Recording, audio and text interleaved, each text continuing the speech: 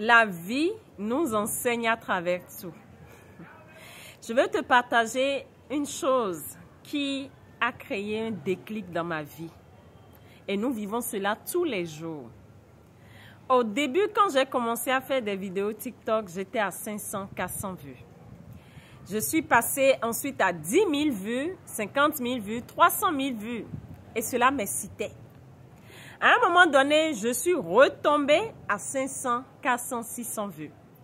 Ah, ça a commencé à me gêner. J'ai commencé à me dire, mais pourquoi les vues ne sont plus comme avant?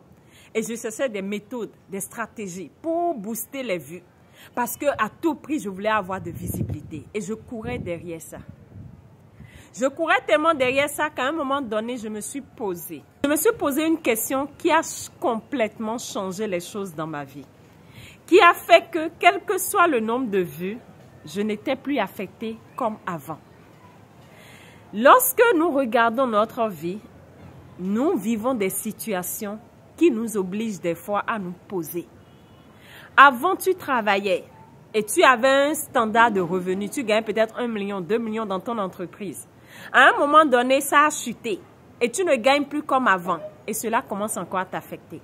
C'est des choses qui nous arrivent. Quand je prends le cas du Bénin, aujourd'hui, beaucoup se plaignent. Les choses coûtent cher, les choses sont difficiles, mais tout le monde le subit. Tout le monde, à peu près ou pratiquement, vit un peu une baisse d'une manière ou d'une autre.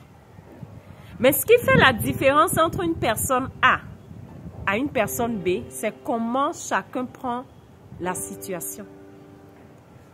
Et c'est comme ça, beaucoup de personnes sont affectées.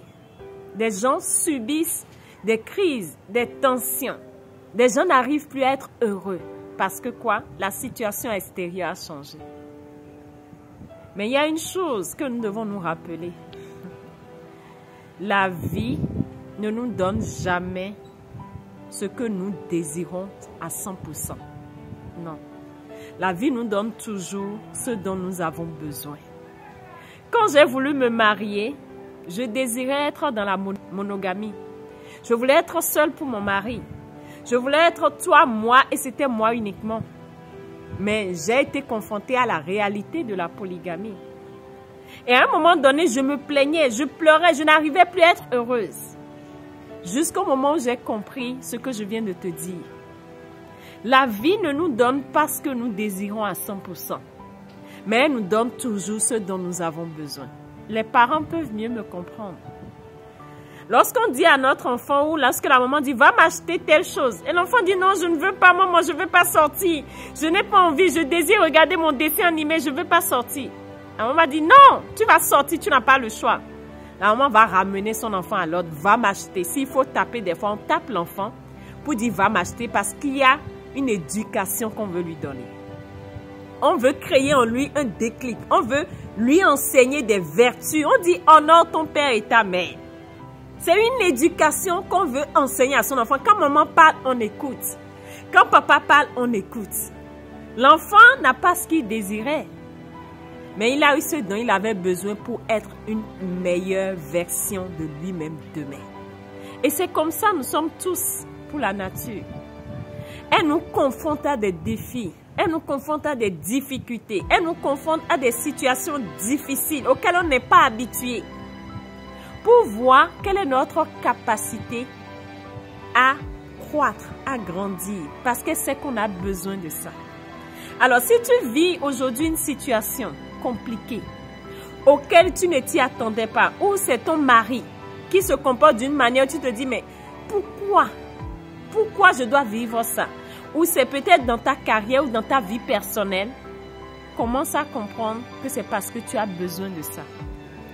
Et la question que je m'en vais te poser, pour que tu me répondes dans les commentaires, c'est de me dire, quel est pour toi le vrai sens du bonheur? C'est quoi pour toi être heureux? Parce que l'extérieur va toujours être dans l'instabilité. Rien n'est statique. C'est quoi pour toi être heureux? Quand l'extérieur n'est pas comme tu veux, ou tu n'arrives pas à avoir ce que tu veux, ou tu n'arrives pas à atteindre un objectif qui te tient à cœur, tu te dis, quand j'aurai ma nouvelle voiture, je serai heureux. Quand j'aurai l'enfant que je veux dans ma vie, je serai la plus heureuse. Quand j'aurai la carrière que je veux, je serai plus heureux. Quand j'aurai la liberté financière, je serai plus heureux. C'est quoi pour toi le bonheur? Est-ce que ton bonheur est déterminé par quand tu auras? Quand j'aurai ci, je serai ci. Dis-moi dans les commentaires, c'est quoi pour toi être heureux? Parce qu'il y a une chose, moi, j'ai commencé à comprendre. Si, lorsque je me réveille et je vois l'arc-en-ciel ou je vois les nuages, je ne me même pas dit non, il faut que tel nuage soit de tel côté pour être bien, pour que ça soit beau. Et je l'accepte tel que je vois dans la nature. C'est pareil aussi dans ma propre vie. C'est pareil aussi dans ma capacité à voir les situations auxquelles la vie me confronte, dont j'ai besoin pour mieux accepter ces situations et grandir avec. De la même manière, tu ne dis pas non, l'arc-en-ciel ne doit pas être ici, le soleil ne doit pas être de telle manière. Il faut que je corrige pour que ça soit beau. De la même manière, tu acceptes ça comme ça. Et tu t'adaptes et tu apprécies ça comme cela est. C'est de cette manière ta vie aussi. Tu dois apprendre à voir ça comme ça. Tu dois apprendre à l'accepter comme c'est. Pas pour ne pas changer, non. Mais comprendre qu'est-ce que je dois apprendre de ça. Et quand j'ai commencé à me demander ça, j'ai commencé à voir qui je dois devenir. Et pour moi, le bonheur, c'est ma capacité à voir qui je deviens de meilleur chaque jour un peu plus. J'apprends à me comparer à mon passé et non à me comparer à ce qui se passe à l'extérieur. Quand j'étais stressée en voyant l'extérieur, les gens ont plus de vues, les gens ont plus d'abonnés, les gens ne font pas ce que je fais, ils ont des millions de vues. Les gens sont dans la monogamie, ils sont heureux. Et je m'accrochais à l'extérieur. À un moment donné, j'oubliais de revenir à moi. J'oubliais de voir combien de fois je grandissais. Et ça nous affecte énormément. Et ça, c'est moi. Et quand j'ai commencé à comprendre ça, j'ai commencé à voir, il y a 5 ans, il y a 10 ans, Mendecia était quoi? Aujourd'hui, Mendecia est quoi? Et plus je m'habitue à regarder les choses auxquelles Mendecia a été confrontée, elle a pu s'en sortir, plus je commence à les énumérer, plus je deviens de plus en plus heureuse. Et je voudrais que tu partages avec moi, véritablement, pour toi, c'est quoi être heureux? Est-ce que c'est ce fiasco que tu vois ou c'est apprendre à voir toi en tant que meilleure version de toi-même au fur et à mesure que tu évolues?